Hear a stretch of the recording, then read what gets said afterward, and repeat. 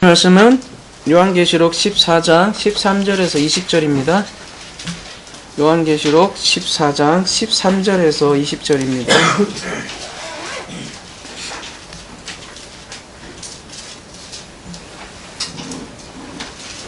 본문이 길죠? 길어서 한 절 한 절 강의하도록 하겠습니다. 우리 지난주 본문에서는요, 1절부터 12절까지 본문에서는 세 천사가 등장을 합니다. 첫째 천사는 땅에 거하는 자들과 이 이방 나라들에게 전할 영원한 복음으로 심판의 때가 가까웠으니 회개하고 하나님을 바르게 예배하라 라는 그런 메시지가 첫째 천사로부터 나오고요. 둘째 천사는 열방의 영적으로 간음을 한 큰 성 바벨론, 즉 타락한 이스라엘이죠.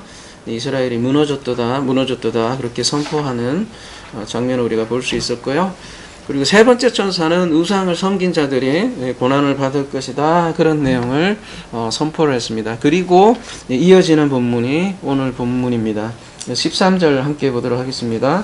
또 내가 들으니 하늘에서 음성이 나서 이르되 기록하라. 지금 이후로 주 안에서 죽는 자들은 복이 있도다 하시매 성령이 이르시되 그러하다. 그들이 수고를 그치고 시리니 이는 그들의 행한 일이 따름이라 하시더라.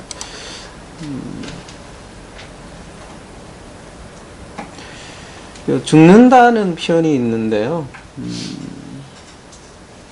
주 안에서 죽는다, 이런 말이 무슨 말일까 한번 저희들이 생각할 필요가 있을 것 같습니다. 아포드네스코인데요.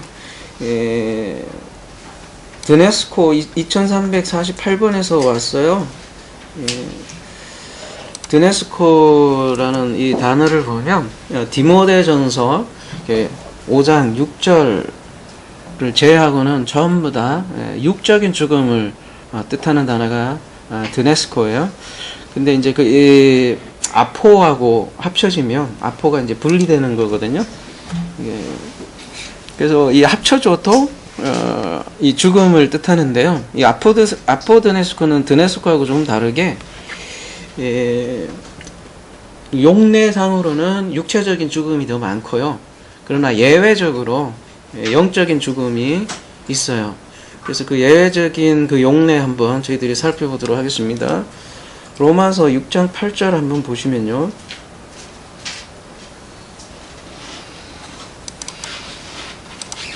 되게 많잖아요. 116회나 되는데 이 중에 많은 경우 육체적 죽음이에요. 그야말로.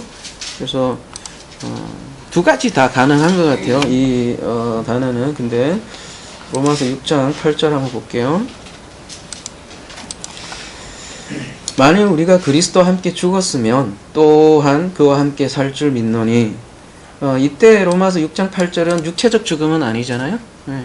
이미 육체적으로 죽었으면 안 되잖아요. 고린도전서 15장 31절 보면요.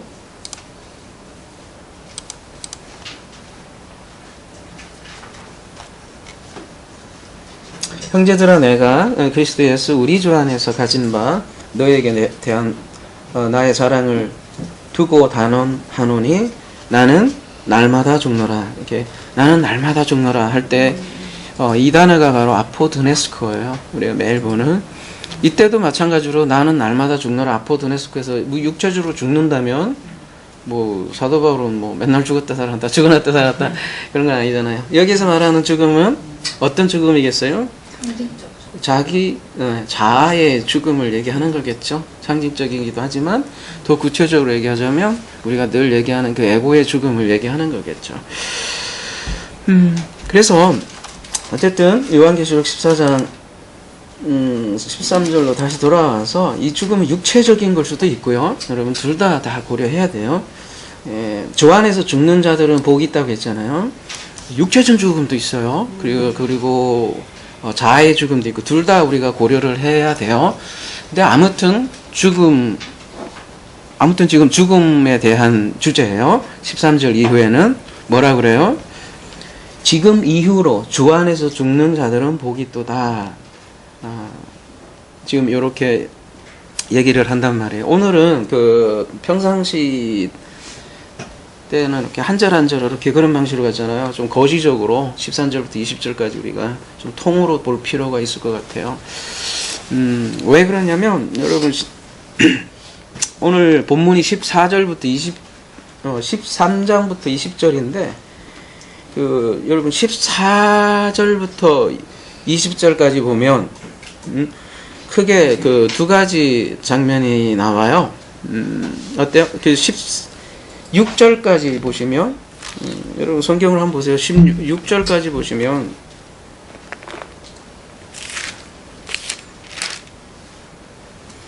앞에 타이틀을 내주죠. 그 여러분 가지고 있는 그 성경이 아마 타이틀 다 가지고 있을 거예요. 뭐 마지막 수학이 있고 하여튼 두 개로 큰 통으로 나눠요.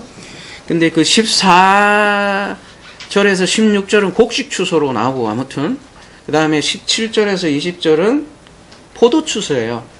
곡식하고 포도 추수로 나오는데 이걸 대부분 어떻게 이해하고 있냐면요. 뭐 제가 주석을 봐도 그렇고 대부분 사람들이 생각하는 의미도 그렇고 어떻게 보냐면 대부분은 앞에는 성도 곡식은요. 뒤에는 뭐라고 생각을 하냐면 불신자 이렇게 생각을 한단 말이에요. 그래서 곡식 추수는 성도의 구원, 포도주 추수는 악인 심판 이렇게 생각을 한다는 거죠. 이원론적으로, 이분법적으로. 근데 왜 이렇게 생각을 할까? 첫 번째는요. 계시록을 이렇게 생각하는 것 같아요. 전적으로 계시록은 악인들에 대한 심판이다 이렇게 생각을 하는 것 같습니다. 그래서 이런 생각을 딱 사로잡기 때문에 딱 이원론이 딱 있어요. 악인 심판이고 나는 구원받을 거다. 그런 딱 틀에 잡히기 때문에 모든 그 구절들을 그렇게 본다는 거죠. 그래서 그리고 또 그 시점이 언제냐? 대부분 역사의 마지막에 끝에서 이루어질 일이라는 거예요. 그래서 나는 어쨌든 피해가고 악인은 진멸당할 거다. 악인은 심판당할 거다. 그렇게 생각을 하는 거죠. 말하자면 그 적그리스도들 전부 다 그 적을 항상 외부에 둔다는 거예요. 나하고는 상관없어요. 대부분 이런 패러다임이 대부분 사람들에게는 강력하게 가지고 있어요. 그게 첫 번째 이유고요. 둘째는 잘 보세요. 14절에 그 곡식을 지금 추수하는 사람은 인자라고 표현되어 있어요. 인자 같은 이가 되어 있고요. 그 다음에 그 포도를 추수하는 그 주체는 뭐라고 되어 있냐면 불을 다스리는 천사가 예리한 낫을 가진 자에게 지금 명령하는 걸로 나와요. 그러니까 인자는 여러분이 보시기에 누구로 딱 생각이 들어요? 예수님처럼 딱 느낌이 느낌 있잖아요, 그죠? 네. 근데 불을 다스리는 천사는 이게 예수님으로 잘 안 와닿는 모양이에요. 네. 다른 존재라고 생각하기 때문에 그렇고요. 세 번째요. 19절에 한번 보세요. 19절 천사가 낫을 땅에 휘둘러 땅에 포도를 거두어 하나님의 진노의 큰 포도주 틀에 던짐에 이런 표현을 보고 성도라고 생각하기는 상당히 쉽지 않겠죠. 그죠? 그 다음에 네 번째 보면 성 밖에서 그 틀을 밟히니 그 틀에서 피가 나서 말굴레까지 닿았고 1600 스타디온에 퍼졌더라 이렇게 했는데 지금 포도주 틀이 어디에 있냐고 하면 성 밖에 있다라는 거예요. 그러니까 심판 아니냐 이렇게 생각을 하는 것이죠. 그러나 제가 결론부터 말씀드리면 곡식과 포도는 모두 14만 4천이라는 얘기예요. 다시 한번요. 곡식과 포도 모두 14만 4천인 것입니다. 제목은 주 안에서 그래서 죽은 첫 열매 14만 4천인데요. 곡식과 포도주로 죽은 성도들을 이렇게 표현을 하는 거예요. 왜 그런지 한번 하나하나 살펴보도록 하겠습니다. 우리가 흔히 14만 4천이라고 하면 천국에 들어갈 정해진 숫자로 이렇게 생각을 하는 것 같아요. 그래서 어떻게 하든 그 14만 4천을 모아야 돼. 내 조직에 그것도. 그러니까 혈안이잖아요. 그 14만 4천 숫자를 채우기 위해서. 근데요, 지금 14만 4천이 제가 미리 결론을 얘기 드리자면, 예수님처럼 떡과 포도주로 주고 간 교회의 첫 열매예요. 근데 이런 사실을 안다면 그들은 어떻게 생각할까요? 이거 죽어야 될 사람들이라니까, 지금. 그래서 지금 13절에 뭐라고 그러는 거예요? 주 안에서 죽는 자들은 복이 있도다 그러잖아요. 그 13절을 이제 풀어가는 거예요. 14절부터. 그러니까 14만 4천은 죽은 첫 열매예요.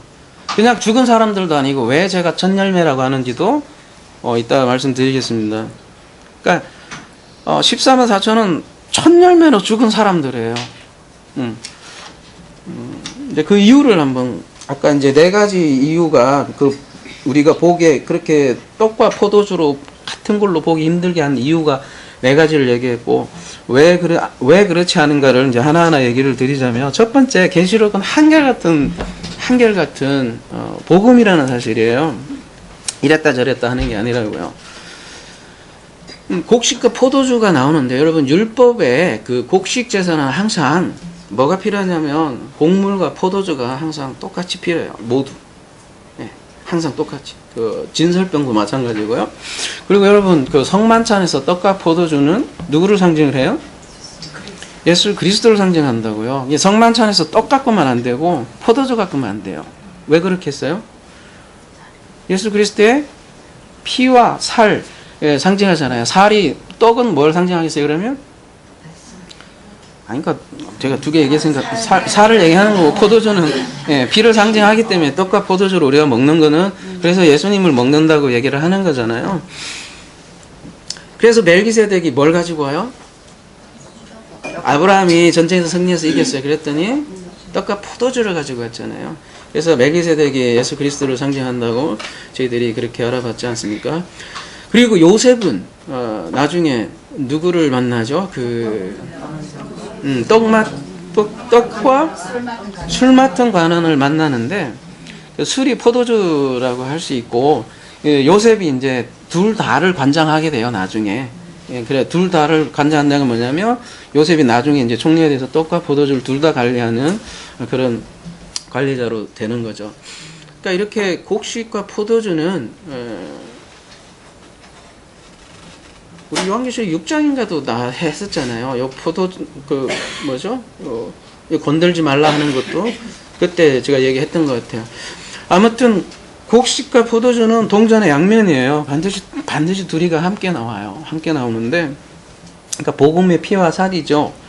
근데 곡식은 성도, 포도는 악인. 이렇게 얘기를 한다면 성경에서 말하는 게 일관성하고 멀어지는 거죠. 그래서 곡식과 포도주를 다른 말로 하면 떡과 포도주로 얘기할 수 있는데, 그리스도의 살과 피를 상징한다 할 수 있겠습니다. 근데 예수님을 상징할 뿐만 아니라 그의 몸인 그 교회를 상징하기도 한단 말이에요. 그거를 신학에서도 얘기를 해요. 신학에서는 그거를 전체 그리스도라고 그래요. The whole Christ라고 하는데요. 전체, 이건 보수신학자들도 얘기하는 거예요. 그리스도의 몸, 교회가 그리스도의 몸이라는 거, 그거를 전체 그리스도라고 얘기를 하는 거거든요. 그러니까 예수님만 떡과 포도주가 아니라 그와 연합된 교회도 똑같이 이 떡과 포도주라는 거예요. 그래서 곡식과 포도를 거두는 것은 모두 성도의 추수, 즉 성도의 죽음을 뜻한다는 거예요. 그러니까 악한 자들의 심판을 묘사하는 게 아니고요. 둘째요, 인자하고 불을 다스리는 천사 한번 비교해 볼게요. 6절에서 13절 우리가 지난주 본문에서 봤죠. 복음을 선포하는 새 천사가 나오고, 또 15절서부터 20절까지 새 천사가 나와요. 새 쌍으로 나오고, 중간에 14절이 이제 핵심 하이라이트죠. 14장의 문장 구조로 봐서는. 근데 이 14절에 가장 핵심이라는 거에 말하자면, 근데 그 핵심에 지금 등장하는 사람이 누구냐면 인자와 같은 이가 등장을 하는데, 이 인자는 이제 그리스도를 얘기를 하잖아요. 그러니까 그리스도가 중심이고 그리스도가 전체 이 드라마의 기획의 주인공이다. 그걸 알려주기 위해서 문장을 이렇게 구성해 놓는 거예요. 여러분 요한계시록 6장에서도 보면 그 뭐 흰말이 다 주관을 하잖아요. 그리스도가 다 주관하는 것처럼 주관하는 분이 인자라는 거예요. 그러면은 흰말 뭐 검은말 이게 다 연관이 돼 있듯이 다 연관이 되어 있더라는 거예요. 이거는 예수님이 한 거고 이거는 안 예수님이 하고 그런 게 아니라 다 예수님이 주관하시는 거라는 거예요. 그래서 14절 한번 볼게요. 이게 통으로 볼게요. 14, 15, 16. 또 내가 보니 흰 구름이 있고 구름 위에 인자와 같은 이가 앉으셨는데 그 머리에는 금 면류관이 있고 그 손에는 예리한 낫을 가졌더라. 또 다른 천사가 성전으로부터 나와 구름 위에 앉은 이를 향하여 큰 음성으로 외쳐 이르되 당신의 낫을 휘둘러 거두서 땅의 곡식이 다 익어 거둘 때가 이르렀습니다 하니 구름 위에 앉으신 이가 낫을 땅에 휘둘름에 땅의 곡식이 거두어지니라. 지금 흰 구름 위에 인자와 같은 이가 앉아있다고 하는데 그 인자는 어디에서 나오는 표현이냐면 다니엘서 7장 13절 14절에 나오는 표현이거든요. 그러니까 그리스도, 그러니까 영원한 왕권을 가진 메시아를 그린 거죠. 구약에서는 그 왕이 크게 두 가지 기능을 했습니다. 하나는 전쟁이고 하나는 심판의 기능을 가지고 있거든요. 그래서 적이 침입해 오는 유사시에는 전쟁을 했고 평화시기에는 재판을 한 거죠. 지금 전쟁하는 왕은 서 있는 모습으로 나타나고 재판하는 왕은 서 있는 모습으로 나타나고 그러거든요. 근데 오늘 본문 같은 경우는 어떤 본문이냐면 한번 보시면 이거 지난주 우리 봤잖아요. 기억나세요? 카데마이라고 해서 앉았는데 이게 기억나세요? 그 심판의 자리라고 했잖아요. 모세의 자리라고 했잖아요. 재판하는 자리예요. 카데마이는 그냥 앉았긴 앉았는데 왜 앉으려고 한 거냐면 재판하려고 앉았다는 그런 단어가 이 카데마이거든요. 그리고 여러분 이 인자가 무슨 지금 면류관을 쓰고 있냐면 스테파노스를 쓰고 있거든요. 이건 많이 다뤘죠. 우리 어디 갔어? 스테파노스는 디아데마도 있고 면류관은 디아데마도 있고 스테파노스도 있는데 스테파노스는 말 그대로 열심히 운동하고 경주에서 받는 월계관 면류관 승리하는 그런 면류관이고 디아데마는 왕들이 그냥 쓰고 있는 막강한 권력을 가지고 있는 그런 관이 디아데마거든요. 근데 지금 이 스테파노스를 쓰고 있다는 거는 승리에서 얻은 그런 면류관이라는 뜻이거든요. 그 얘기는 뭐냐면 아까 왕이 두 가지 기능이 있다고 했잖아요. 전쟁과 재판이 있는데 지금 전쟁을 끝내고 심판하는 그런 장면으로 지금 카데마이 하고 있다는 거예요. 마태복음 24장 30절 한번 가도록 해보겠습니다. 여기에 인자라고 등장을 하는데요. 우리가 인자하면은 예수님을 딱 떠오르고요. 그리고 또 어떤 문맥에서 쓰이냐면요. 인자라는 거는 그때의 인자의 징조가 하늘에서 보이겠고 그때의 땅의 모든 족속들이 통곡하며 그들이 인자가 구름을 타고 능력과 큰 영광으로 오는 것을 보리라. 그가 큰 나팔소리와 함께 천사들을 보내리니 그들이 그의 택하신 자들을 하늘 이 끝에서 저 끝에서 사망에서 모으리라. 마태복음 24장은 그 종말강화잖아요. 근데 그 종말강화는 어떤 그 종말이라고 얘기했어요?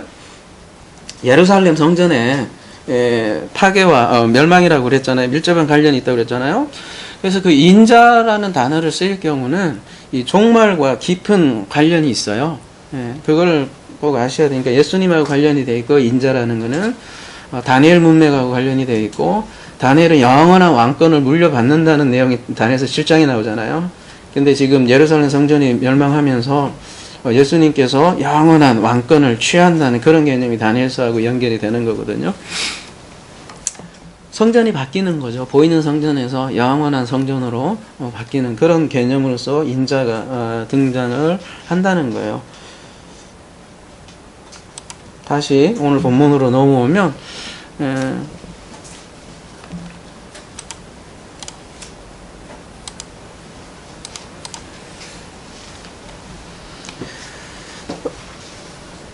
16절에 보면 15절에도 그렇고 땅의 곡식이 다 이거 거둘 때까지 땅의 곡식이라고 나오고 낫을 땅에 휘두르면 땅의 곡식이 거두지리라 이렇게 얘기하잖아요. 제가 그동안 제가 계속 얘기했던 게 땅이 어디를 얘기를 한다고 그랬었죠? 그냥 일반 땅 세상 이런 게 아니라 요한계시록에서는 전문적으로 유대 땅 이스라엘을 얘기하는 거고 유대교회를 얘기한다고 그랬죠. 그러니까 70년에 사실은 성전이 멸망하죠. 그것도 굉장히 저는 의미 있다고 봐요. 원래 그것도 날짜 계산을 잘못해서 원래 예수님이 원래 0년에 탄생을 해야 되는데 계산을 잘못해서 AD 4년으로 돼버렸잖아요.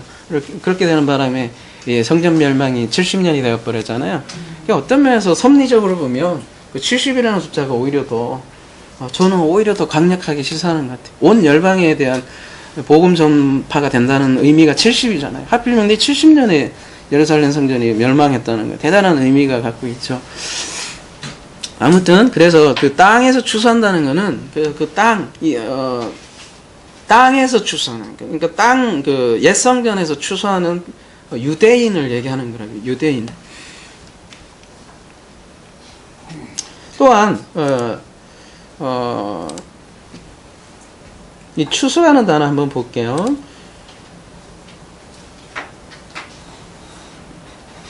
어디 갔어? 그냥 마가복음 4장 26절 가볼게요.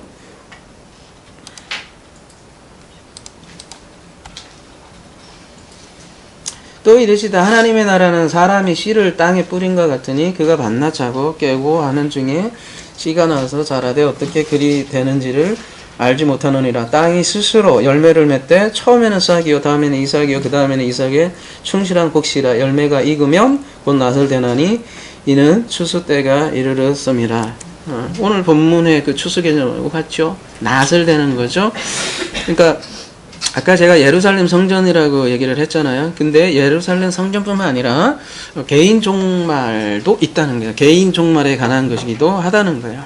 개인에게 있어서 종말은 개인의 예루살렘 성전이 있어요. 그러니까 옛 성전이 누구나 옛 성전이 무너지고 새 하늘과 새 땅이 되는 것이 이 마지막 추수하는 장면이라고 할 수 있겠습니다. 그러므로 이 종말은 역사의 끝에 일어나는 일이 우리가 흔히 그렇게 생각을 하잖아요.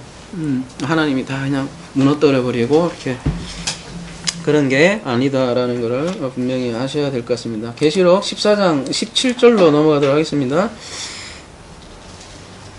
지금 인자하고 불을 다스리는 천사를 지금 제가 얘기하는 거예요.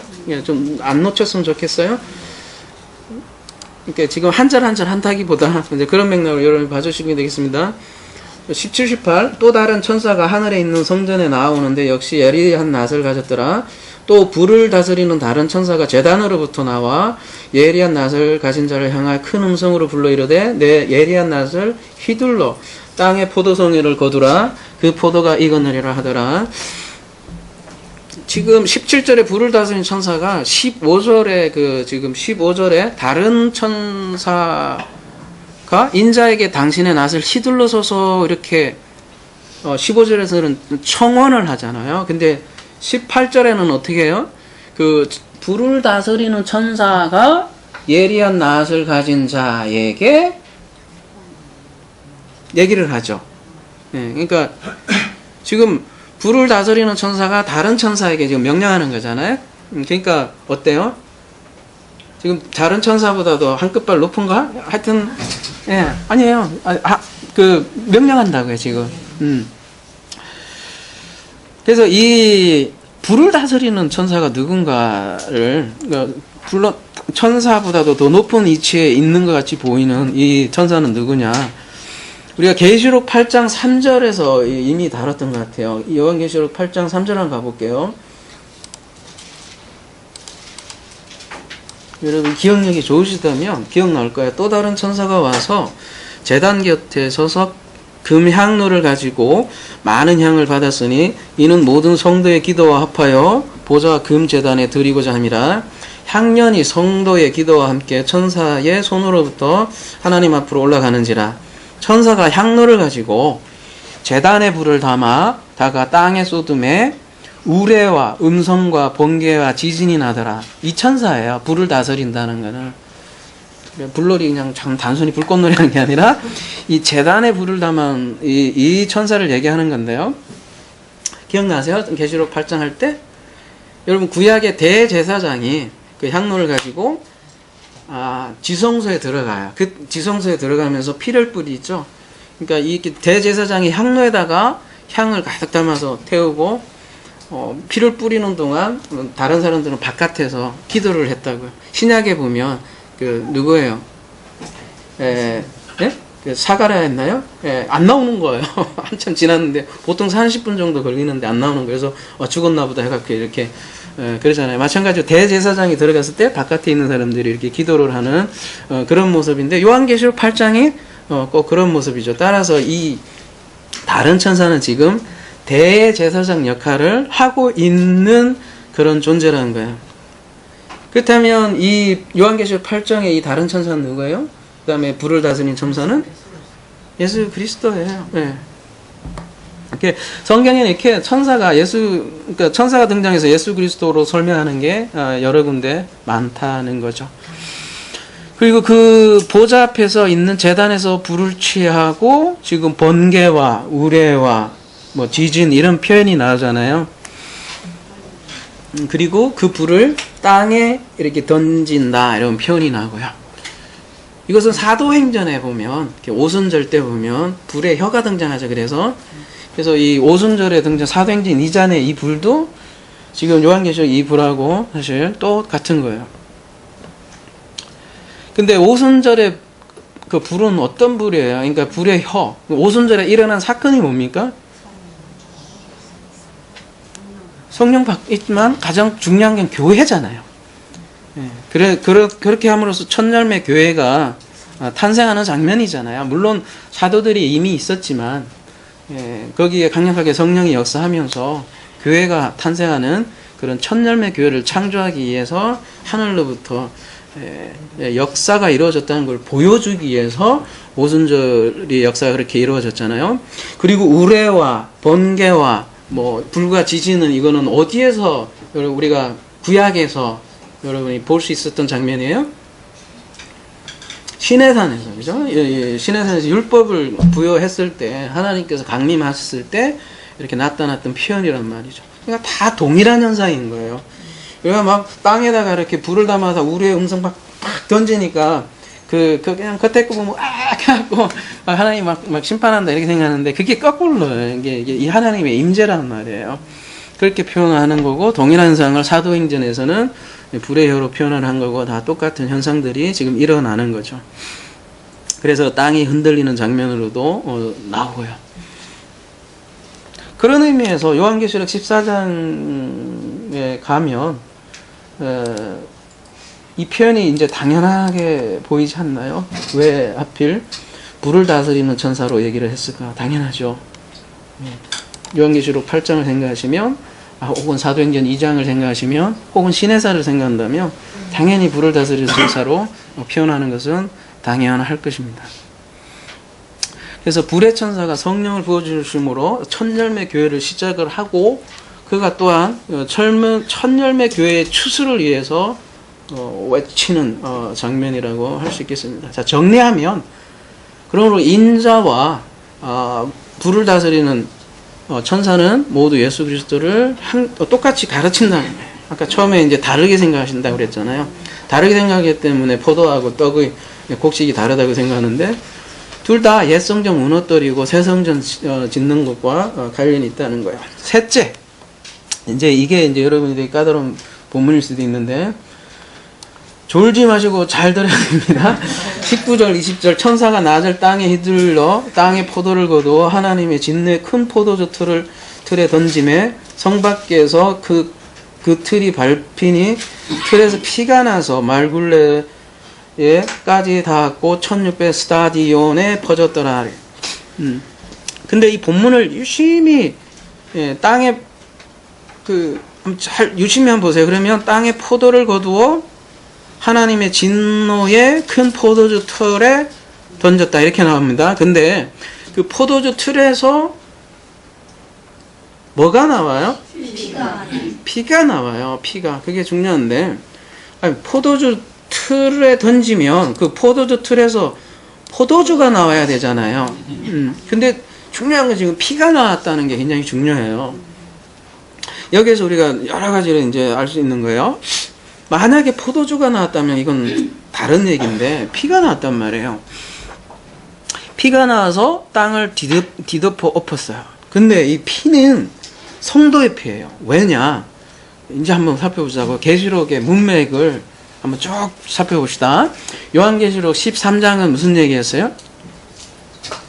두 짐승에 관한 거였고, 14장 이제 1절서부터 5절까지는 뭐였었죠? 그 7장에 유대인 신자였다고 했죠. 14만 4천이. 셀 수 없는 무리하고 굳이 이렇게 구분을 했어요. 12,000 유대 지파를 하나하나 그래서 그 거명을 했단 말이에요. 만약에 이게 유대인이 아니라면 굳이 이렇게 14만이라고 할 이유가 없다고요. 자세하게 나눴다고요. 그래서 7장의 그 유대인 신자를 5절까지 다시 한번 어떤 그 14만 4천의 특징이라고 했잖아요. 자세하게 묘사를 했는데, 그때 제가 일부러 요거는 안 다뤘어요. 복잡한 내용일까 봐요. 지금 다루려고. 그때 어떤 표현이 있었냐면, 처음 익은 열매라는 표현이 있었어요. 처음 익은 열매. 그 다음에 뭐 여자가 더럽히지 않고 이렇게 했지만, 이거는 다 나눴잖아요. 자, 왜 그들은 처음 익은 열매로 이렇게 묘사를 했을까요? 말 그대로예요. 이 14만 4천이 말 그대로 처음 익은 열매였다는 거죠. 우리가 왜 처음 열매 하면 예수님만 생각하지만, 예수님하고 딱 달라붙어 있는 그 처음 열매가 교회도 된다는 거예요. The whole Christ. 그래서 새 언약에 예수님이 오셔서 새 언약이 말 그대로 예수님이 첫 열매잖아요.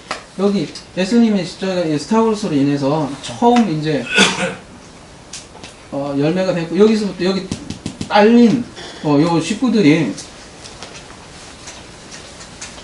이게 AD 30년이라고 한다면 하나님께서 유예기간을 주잖아요. 여러분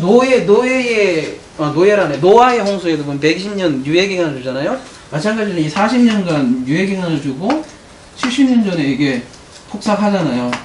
요 기간 동안에 유대인들에게 충분히 하나님께서 회개할 기회도 주셨고 복음을 충분히 주셨다 이거예요. 그러면서 HCC는 무너지면서 이 첫 열매로 얘기하는 것들이 이 14만 4천이라고요. 그러니까 이 말 그대로 첫 열매예요. 첫 열매. 14만 4천은. 그리고 14장 6절에서 이게 7절까지 가보면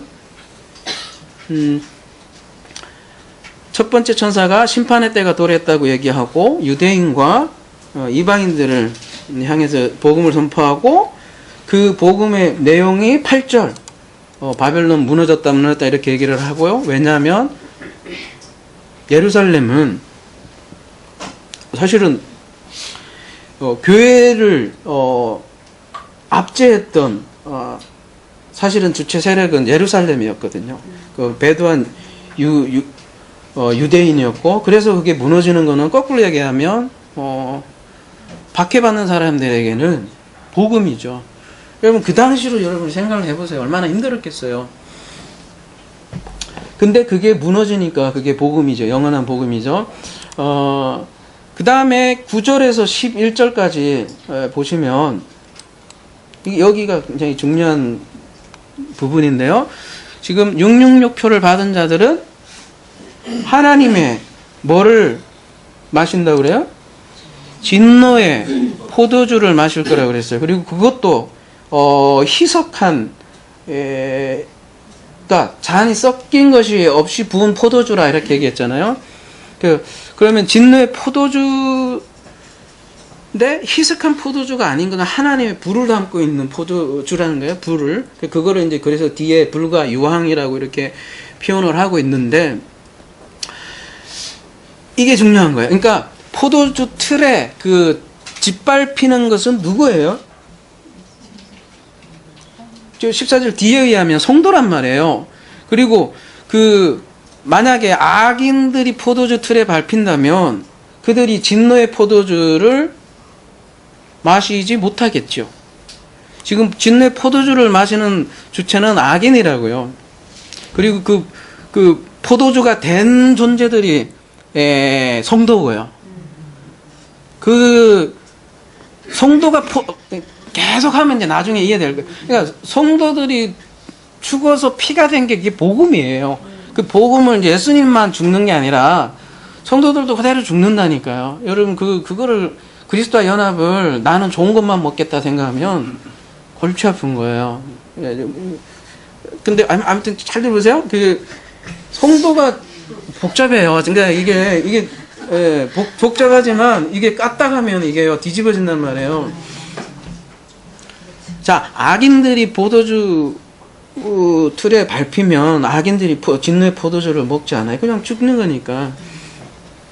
그래서 계시록 13장 13절에 지금 이후로 주 안에서 죽는 자들은 복이 있다고 이렇게 죽는 자들이 복이 있다고 얘기하지 살아남는 사람들이 복이 있다고 얘기하지 않아요.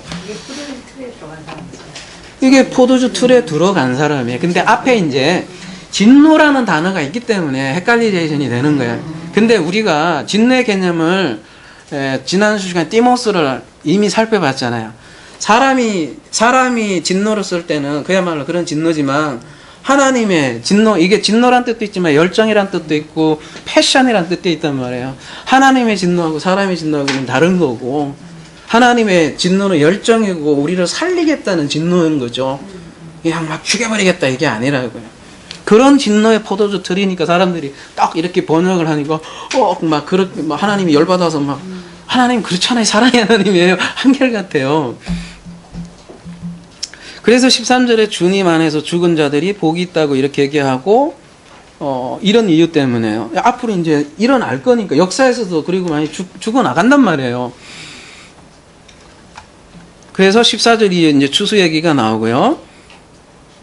그래서 14절 20절은 그래서 지금부터 주 안에서 죽는 자들에 관한 내용이라는 거예요. 넷째,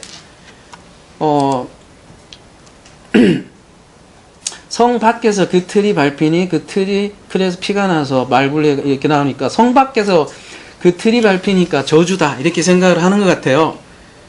근데요, 성 밖에 있다는 게 오히려 이게 결정적인 증거예요. 왜냐? 여러분 그리스도가 어디서 죽었어요? 성 밖에서 죽는단 말이에요. 그러니까 이게 성 밖이에요. 골고다가 성 예루살렘 성 밖이라고요. 성 밖에서 죽는다고. 그러니까 그리스도의 죽음을 그대로 따라가는 그리스도와 연합을 얘기하는 거라고요. 그러니까 성도들은 주님께서 죽은 것 같이 똑같이 죽는다는 그 얘기하는 거예요. 히브리서 13장 11절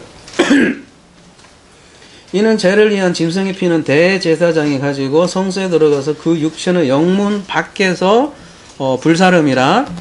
12절 그러므로 예수도 자기 피로써 백성을 거룩하게 하려고 성문 밖에서 고난을 받으셨느니라. 그런즉 우리도 그의 치욕을 짊어지고 영문 밖으로 그에게 나아가자. 우리가 여기에는 영구한 도성이 없으므로 장차올 것을 찾나니.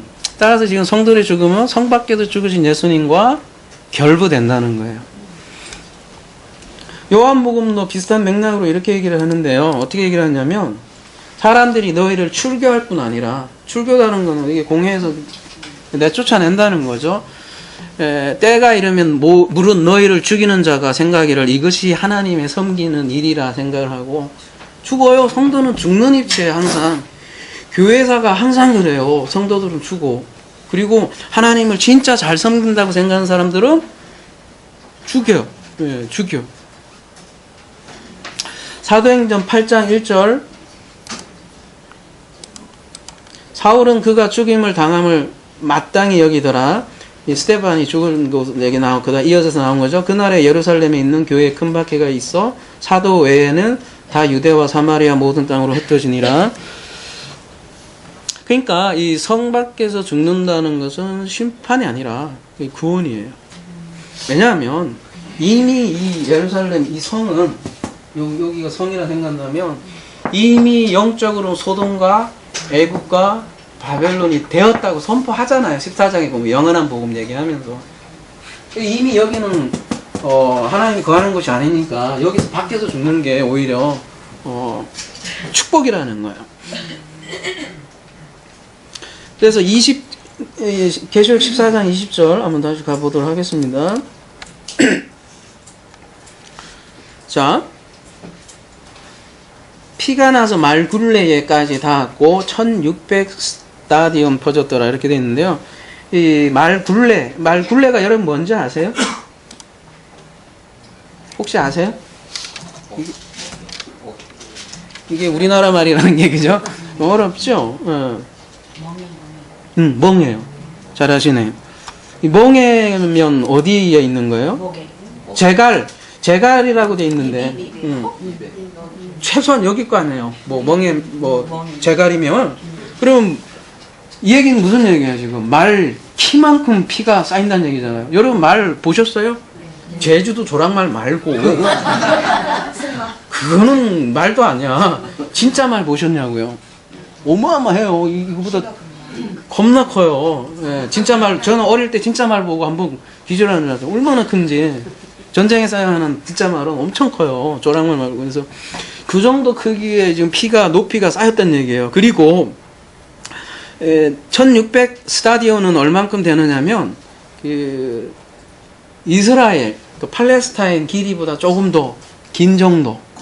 그러니까 이 얘기는 무슨 얘기냐면 사람 키를 완전히 덮고 이스라엘을 싹 덮어버리는 피란 말이에요. 상상이 됩니까? 이거를 문자 그대로 받으면 하나님이 어때요? 이거를 이제 성도들의 피로 안 보고 여러분 악인들의 피로 보고 악인들을 싹 잡아 죽여서 이게 성도들이 이제 좀 원수를 갚아주세요 이러니까 그래 니들 원수 갚아줄게 그래갖고 악인을 싹 자 죽여요. 그래갖고 싹 심판해갖고 이스라엘을 싹 덮어버리는 하나님, 철저한 보복의 하나님 이렇게 되겠죠. 그러면 이슬람의 그런 보복의 이슬람도 원래 그렇지 않아요. 근데 가격파만 그러는 거잖아요. 그러면 원수도 사랑하라고 하는 예수님의 말씀은 도대체 어디가 있는 거예요? 전혀 안 맞아요. 그러면 상충되잖아요. 그러면 예수님께서 원수도 사랑하시라고 하는데. 그래서 이 신원이라고 하잖아요. 복수호소라고 해야 되나? 우리 지금 이것도 계시록 6장에 벌써 했어요. 기억나시나? 워낙 우리는 잘 잊어버리는 저도 그래요. 솔직히 저도 그런데 잊어버리니까 복이죠. 만약에 하나도 안 잊어버리면 여러분 머리 아파서 못 살 거예요. 그죠? 다섯째 인을 떼실 때에 내가 보니 하나님의 말씀과 그들이 가진 증거로 말미암아 죽임을 당한 영혼들이 제단 아래 있어 큰 소리로 불러 이르되 거룩하고 참되신 대주제여 땅에 거하는 자들을 심판하여 우리 피를 갚아주지 아니하시기를 어느 때게 하시라니 하시니다 하니 각각 그들에게 힘 두루마리를 주며 이르시되 아직 잠시 동안 쉬되 그들의 동무종들과 형제들도 자기처럼 죽임을 당하여 그 수가 차기까지 하라 하시다. 요 본문이 딱 억울하니까 복수해달라. 이게 딱 보기 좋은 본문이잖아요. 이것도.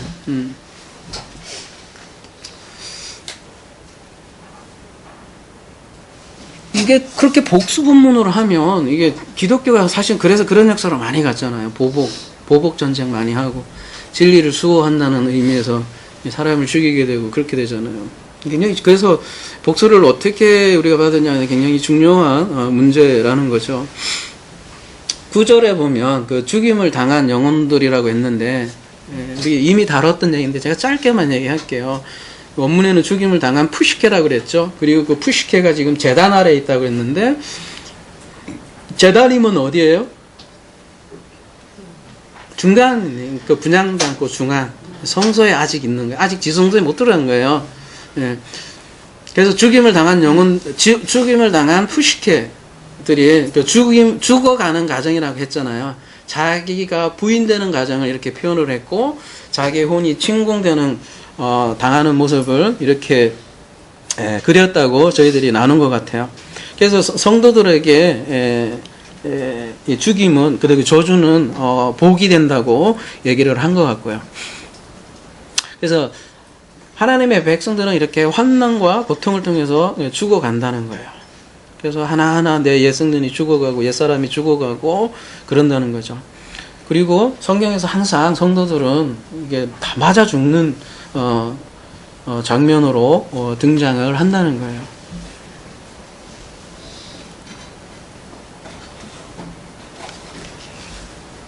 그러니까 뭐 고난주간 따로 정하면은 그렇죠.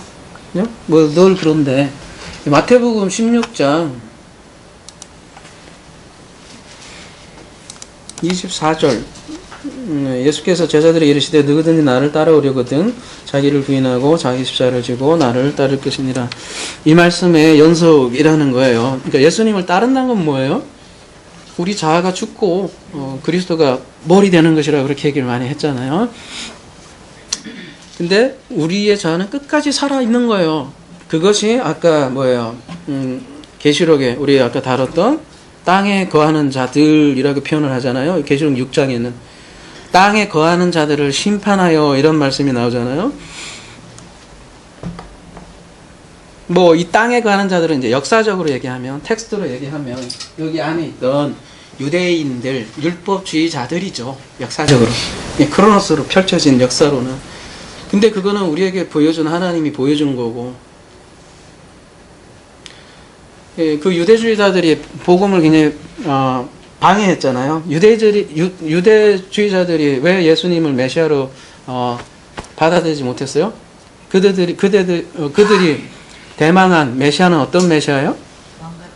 다윗 같은 워리어, 전사자 메시아잖아요. 그래서 그 이스라엘을 물리적으로 그대로 회복하는 그런 메시아를 꿈꿨잖아요. 지금도 마찬가지잖아요. 근데 하나님은 어때요? 그런 메시아가 아니라 전혀 좀 달랐죠. 어때요? 스타로에서 그냥 죽는 그런 메시아로 했으니까 도저히 뭐 용납이 안 되는 거죠.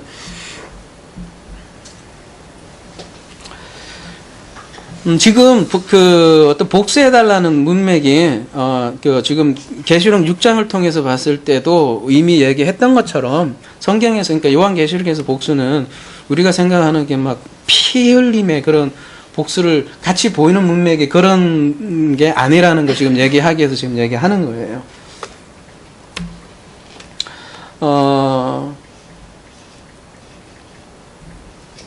마태복음 23장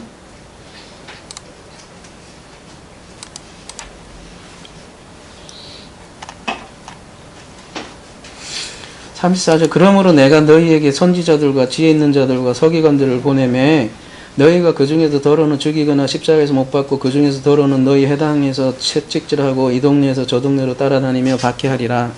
그러므로 의인 아벨의 피로부터 성전과 제단 사이에서 너희가 죽인 바갈의 아들 사갈의 피까지 땅에서 흘린 의로운 피가 다 너희에게로 돌아가리라. 이 피가 지금 계시록 14장의 그 피예요. 내가 진실로 너희에게로는 이것이 다 이 세대에 돌아가리라. 이 세대에 돌아간대. 이 세대라는 건 뭐 해봐야 3, 40년이죠? 이때 말씀하신 거예요. 이 세대 해봐야 여기에요. 예루살렘아. 그래서 지금 예루살렘 얘기하는 거예요.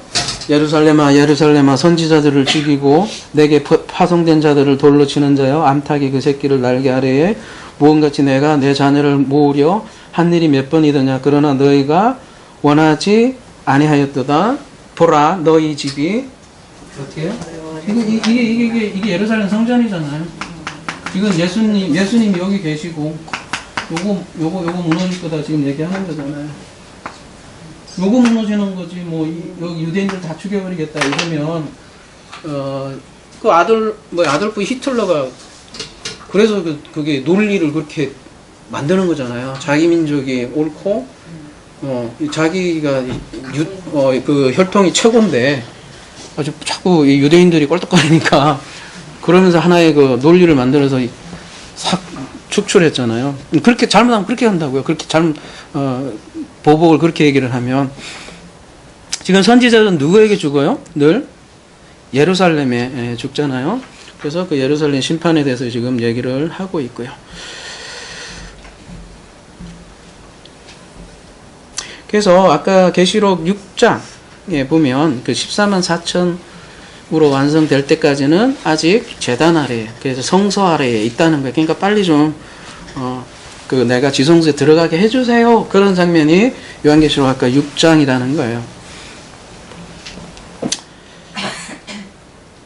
그래서 신앙생활이라는 거는 이렇게 이 성전이, 옛 성전이 무너져 가는 과정이다, 이렇게 얘기할 수 있겠습니다. 옛 성전이 파괴되고 새 성전이 임하는 과정이라고 할 수 있겠습니다.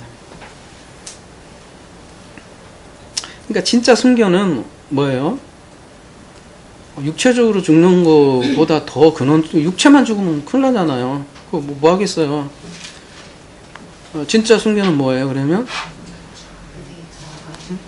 여러분, 그 카타콤 뭐 이런 거에 대해서 굉장히 로망이 있으신 분도 많은 것 같은데, 제가 좀 조사를 해보니까 그게 굉장히 뭐라 하더라, 생각보다 그게 뭐지? 광범위한 그것도 아니고요, 굉장히 그 만들어진 얘기도 많대요. 카타콤에 대한 것도. 광범위한 그런 것도 아니라고요. 여러분 도망가세요. 죽이려고 하면 도망가시고. 왜 도망가야 돼요? 진짜 순교는 그게 아니라고요. 진짜 아까 아포드네스코 얘기했지만, 아포드네스코가 육적인 죽음이 있고 영적인 죽음인데, 진짜 죽음은 영적인 죽음이 자아가 죽는 건데, 그냥 그 육적인 아포드네스코만 되면 그거는 아무 죽음도 아니라는 거죠. 그러니까 뭐 여러분 리얼하게 개죽음이라겠는데, 자기가 아포드네스코 완전히 하기 전까지는 도망 다녀야죠. 그래서 내가 진짜 하나님에게 떳떳하게 해도 되겠다 싶으면 뭐 빨리 죽여주셔 해도 되겠지만,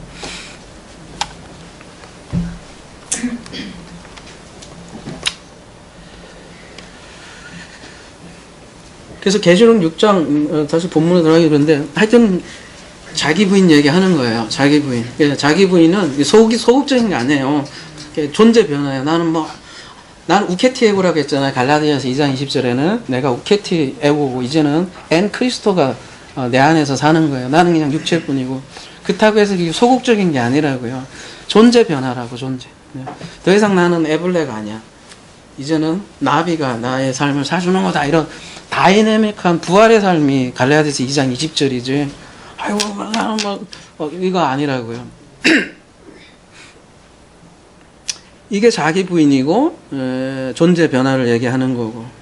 그렇게 그거를 갈망하는 게 계시록 6장이라는 거예요. 지금 성경에서 보복으로 보이는 장면을 지금 제가 하나 설명해 드렸던 거예요. 또 하나는 어디에 있냐면, 요한계시록 19장.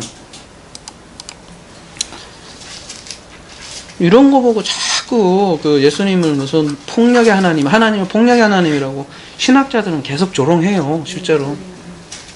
왜 마태복음은 원수 사랑하면서 여기는 이런 하나님을 그냥 자꾸 조롱을 한다고. 조롱이라고 하면 회의를 갖기도 하고 하는데, 사실은 그렇지 않다는 거예요. 제 얘기는.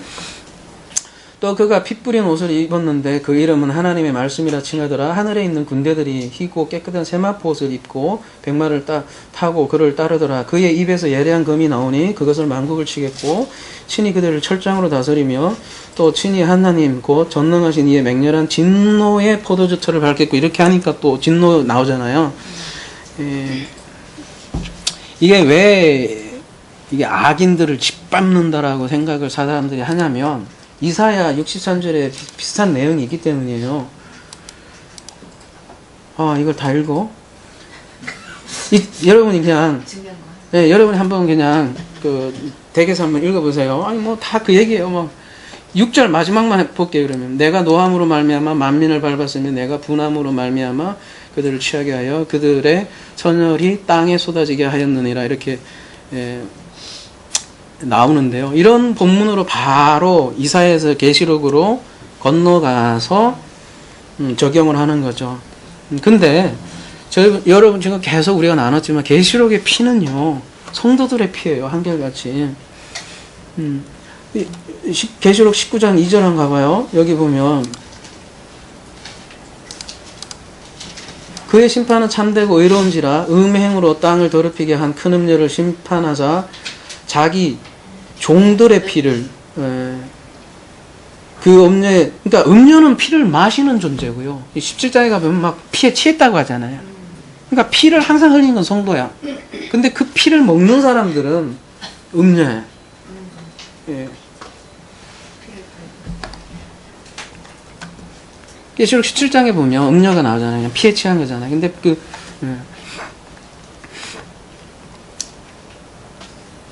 지금 당신의 종들의 피라고 지금 얘기를 하고 있고요. 예, 그래서 당신에게 붙은 종들의 피에 대한 심판을 지금 19장 2절에 얘기를 하잖아요. 그래서 이사야서에서 계시록으로 바로 가는 것은 우리가 지금 십자가를 하나를 생각을 못해서 그런 거죠. 자, 잘 생각해 보세요. 십자가에서 예수님은 자기 피를 뿌리셨죠. 그러니까 예수님은 당신 자신을 하나님의 진노의 틀 안으로 던지신 거예요. 당신이 죽임을 당하신 거라고요. 잘 이해하셔야 돼요. 지금부터는. 그리고 우리 또한 그렇게 하신 거예요. 그렇게 안 죽으면 안 돼요, 여러분. 그래서 그리스도와 연합하에서는 우리의 피가 흐르는 게 파멸이 아니라 그래서 구원이고요. 그리고 계시록 19장 13절에 15절에서 이 장면이 다시 가볼게요. 지금 그리스도의 세마포에 피가 튀는 것이잖아요. 이거는 대속죄일에 대제사장의 옷에 피가 막 튀는 장면이거든요. 왜 그런 일들이 이루어지겠어요? 죄사함 때문이잖아요. 그래서 성도들의 피는 속죄일에 흘렸던 그 피에 참여하게 되는 거예요. 그럼 잘 들으셔야 돼요. 그리스도가 처음 먼저 세상을 위해서 죽었잖아요. 근데 우리 또한 마찬가지로 세상을 위해서 죽는다고요. 우리도 참여를 해요. 예수님 우리를 위해서 죄를 위해서 대죽으셨어. 이것뿐만 아니라 우리도 함께 죽는다고요. 우리도 함께. 흔히 그런 얘기 하잖아요. 순교자들의 피는 교회의 씨다. 이런 얘기를 많이 하셨잖아요. 많이 하잖아요. 보수신학에서도. 근데 무슨 얘기인지 모르고 그냥 순교 당하면 교회가 많이 부흥된다. 이렇게 그런 개념으로 그걸 생각하는데 그런 개념이 아니라 그리스도와 연합 개념이거든요. 그 개념이. 그러니까 대제사장이신 그리스도가 세상을 위해서 우리를 속죄제물 우리도 삼는다고요. 그게 고난의 영광이라고 그래요. 성경에서는 고난의 영광. 우리도 그거에 참여한다는 거예요.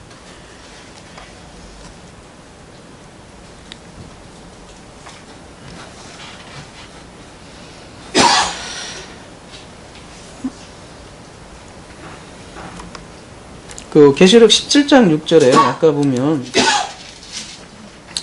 그래서 보세요. 또 내가 보면 이 여자가 성도들의 피와 예수의 증인들의 피에 취한지라. 이 음료잖아요. 이 음료는 이 성도들의 피를 그냥 이건 거꾸로 얘기하면 어떻게 된다는 거예요? 죽인다는 거잖아요. 그리고 성도들은 죽임을 당하는 존재들이고 이건 두 가지 다 가능한 거예요. 물리적으로도 그렇고 역사에서 실제로 이렇게 이루어졌고 영적으로도 마찬가지로 성도들은 항상 죽는 존재라는 거예요. 그리고 계시록 11장에서 또 보면요. 기억나세요? 성도들이 죽임을 당하죠. 계시록 11장에요. 두 증인 얘기 나오잖아요. 성도들도 죽잖아요. 그리고 또 뭐 부활하잖아요.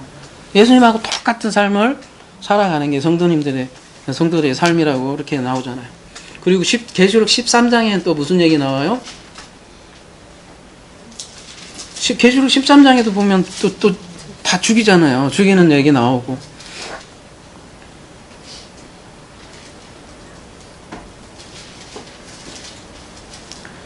그러니까 14만 4천이 아닌, 그러니까 성도들이 아는 사람들은 잘 살아남는다고요.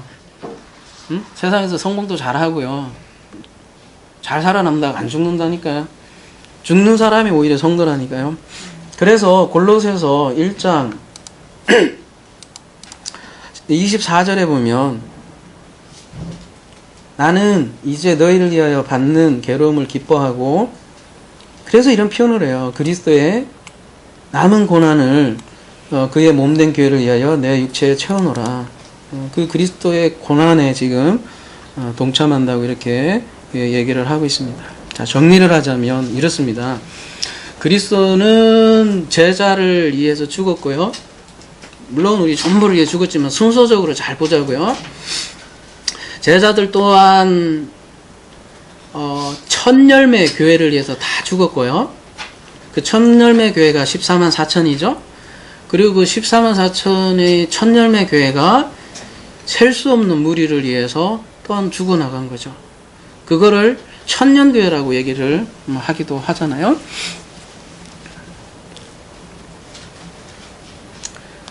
근데 비록 외견상 바벨론과 짐승들이 성도들을 죽인 것 같은데 실제로는 그것을 성경에서는 그리스도께서 우리를 추수했다 이렇게 표현을 하는 거예요. 실제로 낫으로 이렇게 추수한 건 아니잖아요. 이런 계시록 16장 1절 나중에 볼 본문이지만 이제 그렇게 해서 연결되기 때문에 지금 언급을 해야 될 것 같아서요. 또 내가 들으니 성전에서 큰 음성이 나서 7 천사에게 말하되 너희는 가서 하나님의 진노의 7 대접을 땅에 쏟으라 하더라. 이제 마지막이 이제 7 대접이잖아요. 예, 근데 왜 하필 앞에다가 진노의 7 대접이라고 얘기를 하겠어요? 하나님이 그냥 7 대접을 땅에 쏟아도 되는데 하나님이 진노의 7 대장을 땅에 쏟는데 왜요? 열받아서? 열도 받겠죠. 왜냐 성도들의 이게 하나의 진노의 7 대접이라는 거는 성도들의 피를 담고 있어요.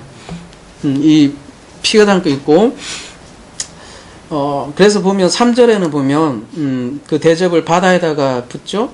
그 다음에 4절에 보면 강과 물 근원에 쏟는다 그렇게 얘기하잖아요. 그러니까 처음에는 바다에 결국에는 사람들이 마시는 물로 들어가니까 결국은 이 피를 누가 마시게 되겠어요? 그러면 성도? 성도 악인 가릴 것도 없어요. 그러니까 자 피는 사실 성도들이 죽으면서 뿌려진 복음이라고요. 이 복음을 반대쪽에 얘기하면 악인들이 이 성도들의 복음을 마시게 되는 거예요. 16장 자세하게 하겠지만 그래서 보세요. 6절에 그들이 성도들과 선지자들의 피를 흘렸으므로 그들에게 피를 마시게 한 것이 마땅하다. 이렇게 얘기를 6절에 이렇게 얘기가 나오는 거예요. 그러니까 계시록의 피는 전부 다 성도들의 피예요. 그러니까 그래서 이 피를 흘리게 한 사람들이 그 피를 마신다는 거예요. 근데 이게 언뜻 보면 보복 심판처럼 보이는데 자 계시록은 어떻게 구성되어 있냐면 777로 되어 있어요. 7 인, 7 나팔, 7 대접으로 이렇게 되어 있어요. 여러분 레이기에 의하면 속죄핀 속죄서 앞에서 7번 이렇게 뿌려지거든요. 근데 지금은 이제 7 대접으로 바뀌는 거죠. 그래서 성도들의 피가 이제는 바벨론에 뿌려지고요. 그리고 7 대접은 지금 성도들의 지금 피를 담고 있고요. 그러니까 7 대접을 부르는 건 그러니까 지금 여기에 말씀 그대로 순교자들의 피를 피 때문에 지금 대접을 부른 것이죠. 그러니까 그렇다면 순교자들이 이제 억울하니까 원수들을 다 죽여달라는 그런 말일까요? 이제 정리 좀 해보자고요. 이제 거의 다 끝나갈 시간이 오니까 순교자들이 원한을 갚아서 과연 피가 이 말 키 높이 되는 그리고 또 1600스타딘이나 되게 그렇게 흘린다는 그런 잔인한 복수의 하나님을 얘기하는 걸까요? 요한계시록이 공포의 호러물이 아니라 그랬잖아요. 똑같은 복음의 원리를 전하는 거라 그랬단 말이에요. 그러면 그 자꾸 공포의 호러물로 보게 되면 기독교가 그걸 따라간다니까요. 자꾸 보복을 하게 돼요. 어떤 메시지든지 폭력은 예수님의 근본 정신과 반대되는 거예요. 어떤 메시지든 간에 절대로 폭력은 성경에서 얘기하는 바가 아니에요.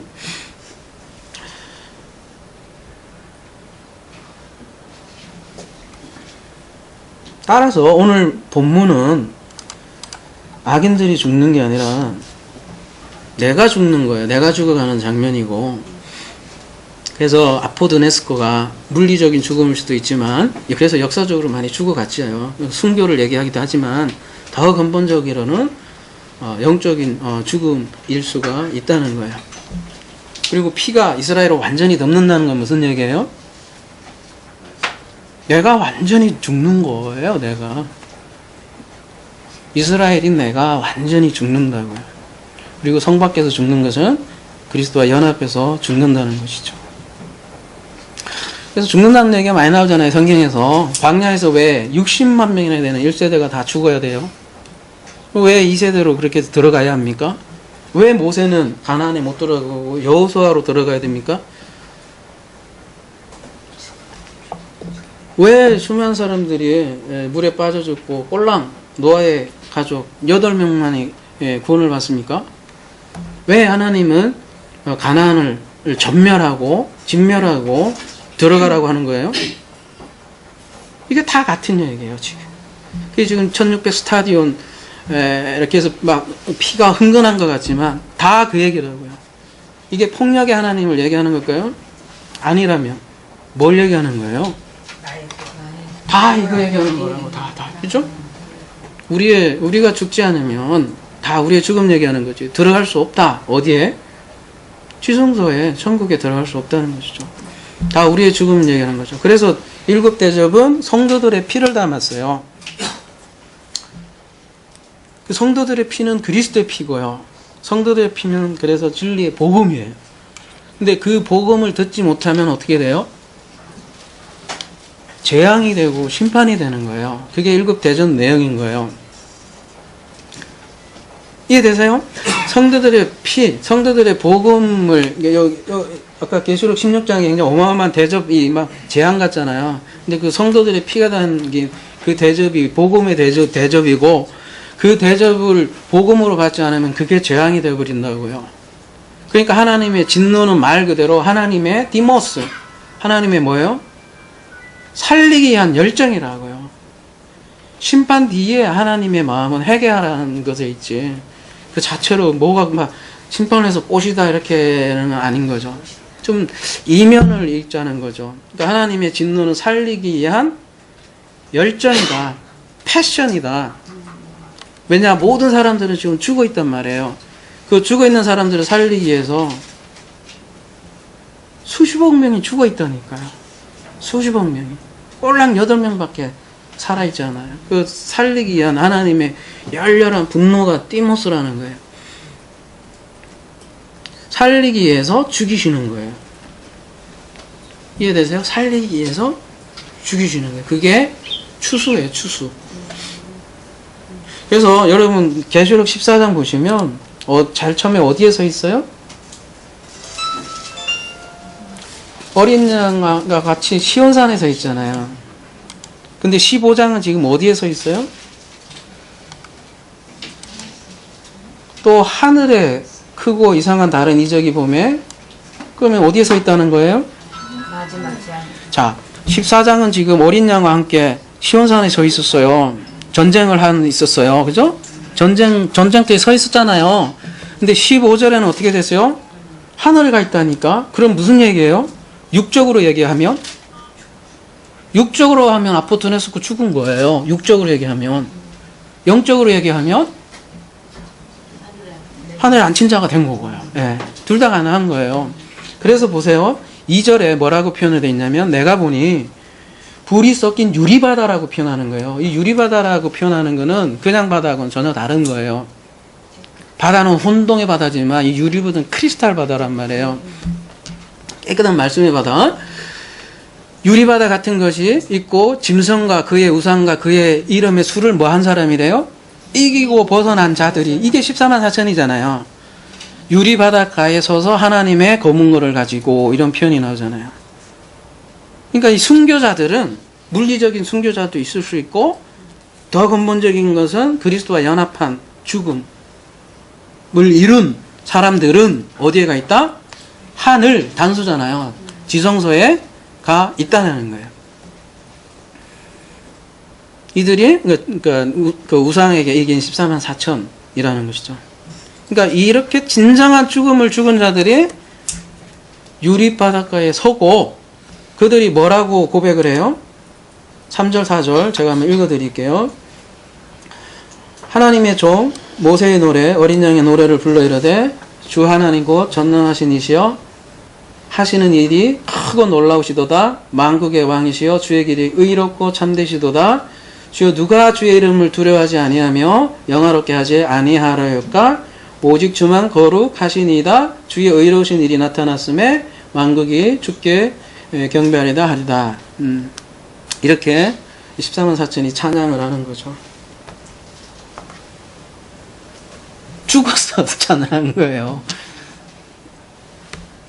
그러니까 14만 4천 하면 막 천국 가야 뭐라고 표현해야 되나? 그냥 욕심이 담긴 그런 거 있잖아. 이렇게 티켓 받은 사람들의 모임 이런 죽는 건 생각 안 하고 진짜 그렇게 자기네들이 14만 4천을 그렇게 한다면 자 그래서 마지막 결론을 내겠습니다. 그래서 사람은 어떻게 죽느냐가 굉장히 중요한 문제예요. 근데 성경에서는 뭐라고 하냐면 죽음을 맛보지 않는다고 그런단 말이에요. 어떤 사람에게요?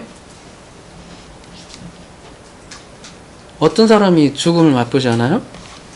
그러니까 내가 살았다고 하는 사람은 반드시 죽게 되고요. 내가 죽음의 사망을 발견한 사람은 이미 죽음이 이런 피지컬 육체 죽음을 성경에서 죽음이라고 하지 않는다니까요. 영혼의 죽음이 죽음인데 그 살아서 그 자기가 죽었다는 걸 발견해서 그리스도와 연합된 사람은 죽지 않는다는 거예요. 그래서 사도 바울처럼 나는 날마다 죽노라 이렇게 고백할 수 있는 사람은 어때요? 더 이상 죽음이 없어요. 네. 이렇게 그러니까 우리가 어떻게 마지막 날 이렇게 죽는 게 사실 굉장히 그런 의미에서 중요한 의미죠. 우리 멋지게 죽읍시다. 정말 멋지게 죽자고요. 진짜 어떻게 사느냐도 사느냐지만 어떻게 그래서 죽느냐는 문제는 굉장히 중요한 문제인 것 같아요. 완성이잖아요. 완성 지점이 무투라고도 하잖아요. 그래서 이렇게 사도 바울처럼 나는 날마다 죽노라 이런 고백이 저와 여러분의 고백이 되기를 기도합니다.